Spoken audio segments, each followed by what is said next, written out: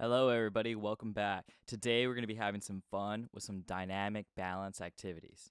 So, first, you start out on a hard surface, flat, even ground.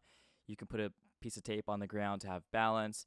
And what she's doing in the video right now is every third step, she's turning around, looking behind her. And this is called challenging the somatosensory environment.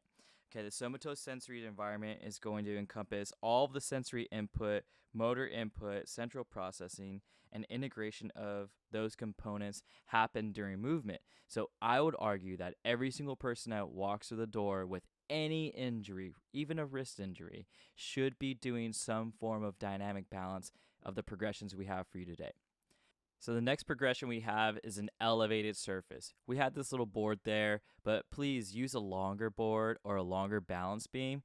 When you elevate somebody off the surface of the ground, it really elevates the challenge of the somatosensory environment greatly. Another thing is to go slow. In the first one, she was going a little fast, but now that things are getting a little harder, she's starting to slow down.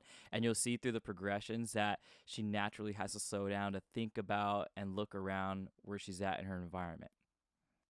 You've all probably seen clinicians put people on a blue Airx pad, some type of foam pad, or some type of bouncy ball. You've probably seen it on social media.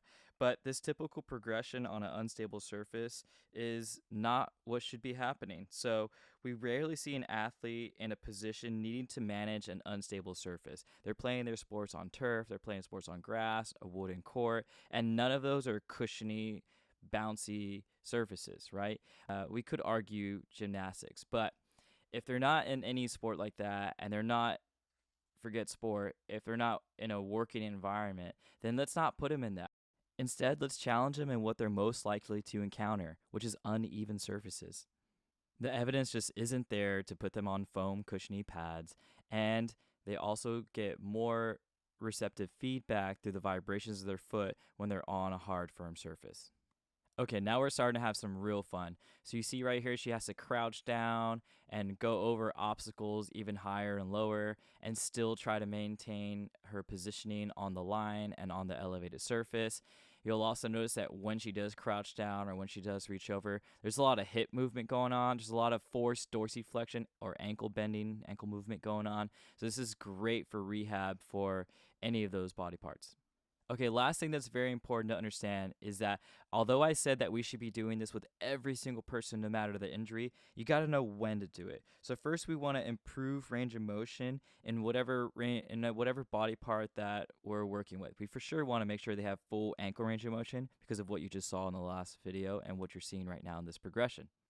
After that, you want to manipulate the base of support or the center of gravity. We did that in the first one by having her walk on a straight line with her feet heel to toe. And then you want to change the environment, whether it's sights, sounds, or surface training, kind of like how you've seen the progressions that we've been going with so far.